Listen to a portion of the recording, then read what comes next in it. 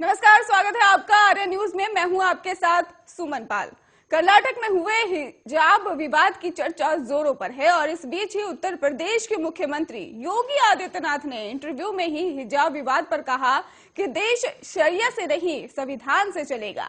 उत्तर प्रदेश के सीएम योगी आदित्यनाथ ने कहा कि देश की व्यवस्था संविधान से चलेगी, शरीयत से नहीं।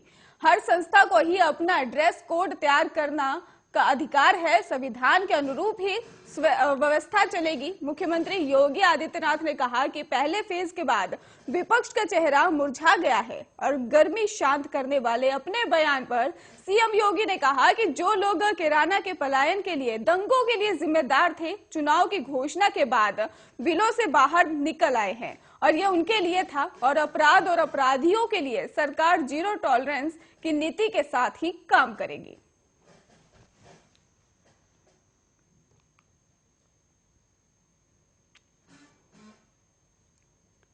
वहीं कर्नाटक से शुरू हुए हिजाब विवाद को लेकर राज्यों को लेकर ही चुनाव में ही अब सियासत भी तेज नजर आ रही है। इस बीच ही आपको बता दें कि ओवैसी ने समाजवादी पार्टी के राष्ट्रीय अध्यक्ष अखिलेश यादव पर सीधे तौर पर निशाना साध दिया है।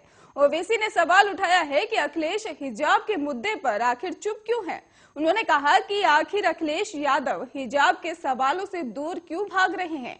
इस बीच ही ओवैसी ने आजम खान को लेकर भी अपनी बात कही है। उन्होंने कहा कि मैं दुआ करता हूं कि आजम खान जिस भी मुश्किल में से हैं और जल्दी बाहर आ जाएं। और बता दें आपको कि ओवैसी ने हिजाब को निजता का भी मुद्दा उठाया और इसके साथ ही आपको बता दें कि ये महिलाओं का मौलिक अधिकार है और उनके सशक्तिकरण का मुद्दा है।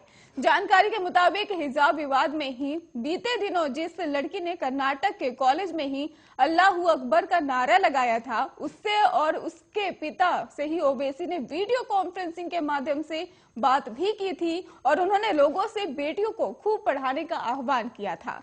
आपको बताते चले कि कर्नाटक राज्य के ही उडुपी के ही एक सरकारी प्री यूनिवर्सिटी कॉलेज में भी कक्षा में हिजाब पहनकर आई छात्राओं को कॉलेज परिसर से बाहर चले जाने को कहा गया, जिसके बाद यह मुद्दा राज्य के कई हिस्सों में भी फैल गया। बाद में हिजाब के बदले दूसरे समुदाय के छात्र भी भगवा गमछा डालकर आने लगे और जिसके बाद बवाल शुरू हो गया और अब इस मामले में ही सियासत भी तेज नजर आ रही है।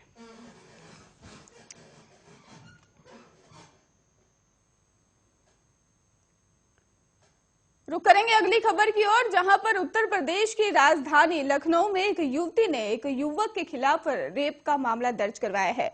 युवती का आरोप है कि युवक ने उसे प्रेम प्रसंग में फंसाकर करीब 1.5 साल तक ही शारीरिक शोषण किया और आरोप ये भी लगाया गया है कि पीड़ित को शादी का झांसा दिया गया था और पीड़िता ने आरोपी पर ही मंदिर में जाकर बगैर किसी विधि के मांग में सिंदूर डाल शादी का नाटक करने का भी आरोप लगाया है। जानकारी के मुताबिक ये मामला राजधानी लखनऊ के बख्शी के तालाब थाना क्षेत्र का बताया जा रहा है। पीड़िता का आरोप है कि प्रेमी ने ही उसके साथ शारीरिक संबंध बनाया और इसके बाद वह फरार हो गया। आरोपी का नाम प्रेम सिंह बताया जा रहा है। युवती का आरोप है कि शादी का झांसा देकर शारीरिक संबंध बनाने के बाद प्रेमी शादी से मुकर गया और पीड़ित युवती ने बताया कि युवक ने ही पहले तो अपनी बातों से उसको प्यार में फंसाया, फिर अपनी हवस का शिकार बनाया और पीड़ित लड़की ने आरोप लगाते हुए कहा कि पिछले 1.5 साल तक प्रेमी ने उसके साथ शारीरिक संबंध बनाए। पीड़िता ने प्रेमी पर एक दफे 10 और एक दफे 30,000 रुपए नगद लेने का भी आरोप लगा दिया है। युवती का आरोप है कि इसके बाद युवक फरार हो गया और किसी तरह जब उसे प्रेमी का पता चला तो उसने शादी से साफ इनकार करते हुए कहा कि अपने परिवार के खिलाफ नहीं जा सकता और मेरा तुम्हारा कोई लेवल नहीं है। पीड़िता ने आरोपी के वकील पर भी कार्रवाई न होने की बात कहकर समझौते का दबाव बनाने का आरोप लगाया। पीड़िता के पिता ने भी ऊपर से दबाव बनाए जाने का आरोप लगाया है। उन्होंने परिवार को परेशान किए जाने का भी आरोप लगाते हुए पीड़िता की जान को खतरा बताया और कहा कि ये दबंग लोग हैं, उनकी बेटी को सुरक्षा प्रदान की जानी चाहिए। डिप्टी एसपी नबेला शुक्ला ने बताया है कि लड़की का ही प्रार्थना पत्र प्राप्त हुआ था और जिसके बाद से ही मुकदमा दर्ज किया गया और कार्रवाई जारी है। उत्तर प्रदेश विधानसभा के ही चुनाव प्रचार में बीजेपी ने अपनी पूरी ताकत झोंक दी है। छोटे बड़े नेता चुनाव प्रचार में पसीना बहा रहे हैं और उत्तर प्रदेश के उप मुख्यमंत्री केशव प्रसाद मौर्य चुनाव प्रचार करने शुक्रवार को ही अमरोहा पहुंचे। उन्होंने धनोरा विधानसभा क्षेत्र में चुनावी जनसभा को संबोधित किया और इसमें उन्होंने समाजवादी पार्टी के प्रमुख अखिलेश यादव पर भी निशाना साधा। जनसभा को संबोधित करते हुए केशव प्रसाद मौर्य ने कहा कि जिस गाड़ी पर ही सपा का झंडा होता था उसमें गुंडे बैठे मिलते थे। सपा का नारा था खाली प्लॉट हमारा था और अब गुंडे माफिया जेल में है। उन्होंने कहा कि प्रदेश में ऐसा कोई भी नहीं है, चाहे हिंदू हो या मुसलमान, जिसे सरकार की योजनाओं का लाभ ना मिला हो। उन्होंने कहा कि पहले केवल एक समुदाय को ही सरकारी योजनाओं का लाभ मिलता था। अमरोहा की धनोरा विधानसभा से बीजेपी विधायक राजीव तरारा चुनाव मैदान में है और तरारा के पक्ष में ही एक जनसभा में डिप्टी सीएम केशव प्रसाद मौर्य ने कहा कि अखिलेश यादव कहते हैं कि ये नई सपा है, लेकिन उसी सपा ने ही किराना के नाहिद हसन को जेल में बंद है और उसे प्रत्याशी बनाया है और आजम खान को सीतापुर की जेल में बंद है, उसे भी प्रत्याशी बनाया है। डिप्टी सीएम ने कहा कि अखिलेश अली जिन्ना सिर्फ एक ही समुदाय का विकास करते हैं। उन्होंने कहा कि मतदान करते समय मुजफ्फरनगर को मत भूलना, ये अपने दिल में ही रख लेना। मौर्य ने कहा कि 2022 के विधानसभा चुनाव के बाद अखिलेश को भी नहीं पता था कि सपा का क्या हाल होगा। उन्होंने कहा कि 60% में भी अकेले बीजेपी है और बाकी के 40 में भी उसका हिस्सा है।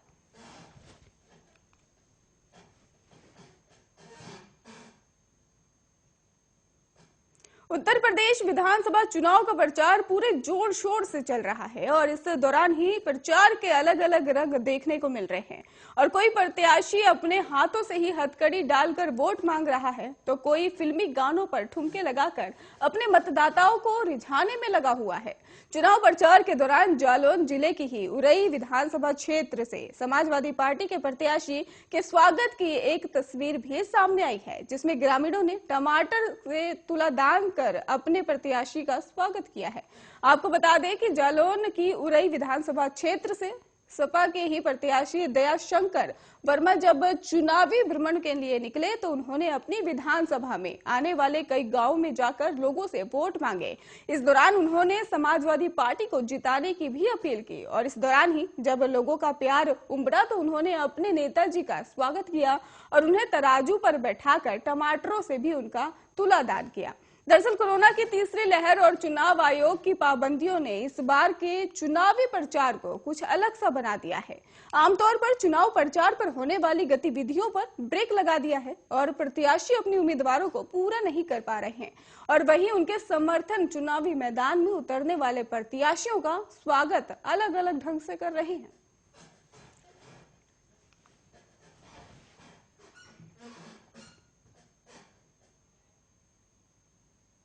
उत्तर प्रदेश में चुनावी माहौल के बीच ही कल इटावा पहुंचकर बसपा प्रमुख शिवपाल सिंह यादव ने इटावा सदर के सपा प्रत्याशी सर्वेश शाक्य के लिए वोट की अपील की और लोगों से सपा प्रत्याशियों को जिताने के लिए कहा। इस मौके पर ही शिवपाल सिंह ने एक बार फिर से अपने त्याग और बलिदान की बात कही है, साथ ही एक बड़ा खुलासा भी कर दिया है। आपको बताते चले कि शिवपाल सिंह ने ही कहा कि 3 साल पहले मैंने नेताजी के आदेश से प्रतिगतिशील समाजवादी पार्टी बनाई थी और अब 1 साल पहले बसपा के 100 प्रत्याशी बना दिए थे, लेकिन अगर हम अपने 100 प्रत्याशी उतार देते तो भाजपा को नहीं हटा सकते थे। मैंने हमेशा त्याग और संघर्ष किया है और जनता की एक ही मांग थी, चाचा भतीजे एक हो जाओ। जनता की मांग पर मैंने अपनी पार्टी को त्याग दिया। मैंने चाबी चिन्ह का ही बलिदान कर दिया और अपनी एक सीट पर ही मान गए और हम यहाँ संघर्ष और त्याग की वजह से यहाँ तक पहुंचे हैं। इसी संघर्ष के हमारे पास हर पद रहा है और हम कभी पद के पीछे नहीं भागे हैं। और शिवपाल सिंह ने आगे कहा कि हम अगर चाहते तो 2017 में ही मंत्री बन सकते थे, 3 महीने पहले भी केंद्र में मंत्री बन सकता था, लेकिन ऐसे पद हमने किसानों, गरीबों और बेरोजगारों के लिए ठुकराए हैं क्योंकि भाजपा में इन सभी लोगों का भला नहीं हो सकता है। और वहीं मीडिया से बात करते हुए आशीष मिश्रा की जमानत पर शिवपाल यादव ने कहा कि पीएम और सीएम गृह मंत्री का संरक्षण मिला हुआ है। यूपी विधानसभा चुनाव 2022 के दूसरे चरण में पश्चिमी यूपी और रुहेलखंड के 9 जिलों की 55 विधानसभा सीटों पर सोमवार को 14 फरवरी को मतदान होगा। शनिवार को ही शाम 6 बजे प्रचार थम जाएगा। इन 55 सीटों से 7 सुरक्षित सीटें हैं और इस चरण में ही 5 मंत्रियों सहित कई दिग्गज नेताओं के भाग्य का फैसला होगा।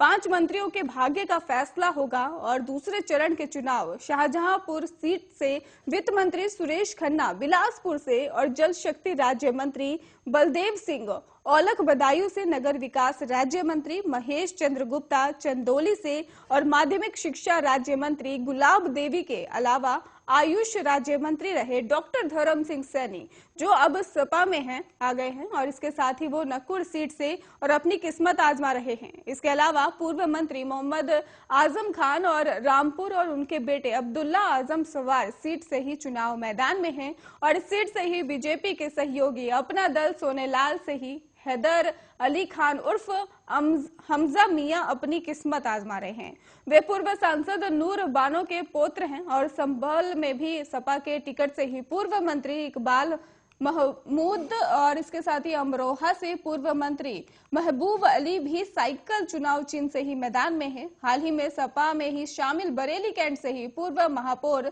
सुप्रिया एरन चुनाव लड़ रही हैं और अपर मुख्य निर्वाचन अधिकारी डॉक्टर ब्रह्मदेव राम तिवारी ने भी बताया कि दूसरे चरण के चुनाव के लिए शनिवार की शाम 6 बजे चुनाव प्रचार थम जाएगा और इसके बाद से ही जनप्रतिनिधि प्रचार प्रसार नहीं कर पाएंगे। उन्होंने बताया कि मतदान 14 फरवरी की सुबह 7 बजे से शाम 6 बजे तक होगा और प्रत्येक पोलिंग बूथ पर ही मतदाताओं की सुविधा और कोविड से सुरक्षा का विशेष व्यवस्था कराई गई है। मतदाताओं को किसी प्रकार की परेशानी ना हो, इसके लिए प्रत्येक पोलिंग बूथ पर ही समुचित एवं आवश्यकता व्यवस्थाएं कराने के निर्देश दिए गए हैं।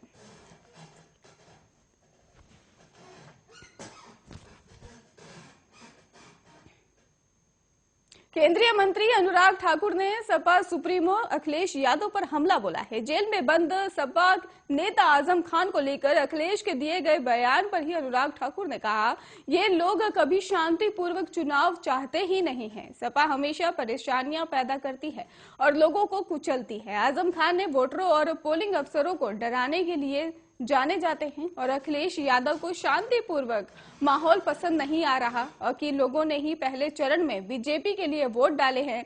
बरेली में ही अनुराग ठाकुर ने कहा कि वे दोबारा टेंशन पैदा करना चाहते हैं। उन्होंने पहले चरण में ही नाहिद हसन से सपा को याद किया और अब दूसरे चरण में वे आजम खान को याद कर रहे हैं। 5वें और छठे चरण के वे मुख्तार अंसारी और अतीक मोहम्मद को ही याद करेंगे। अनुराग ठाकुर ने कहा कि हर कोई आजम खान का बैकग्राउंड जानता है, कैसे वो महिलाओं और अनुसूचित जाति के लोगों पर टिप्पणियां कसते हैं और बतौर मुख्यमंत्री अखिलेश यादव हंसते और तालियां बजाते थे। वे तब दलितों का अपमान करते थे, आज भी वे दलितों का अपमान करते हैं। बेटियां तब भी सुरक्षित नहीं थी और सपा नेताओं के ही साथ वे आज भी सुरक्षित नहीं है।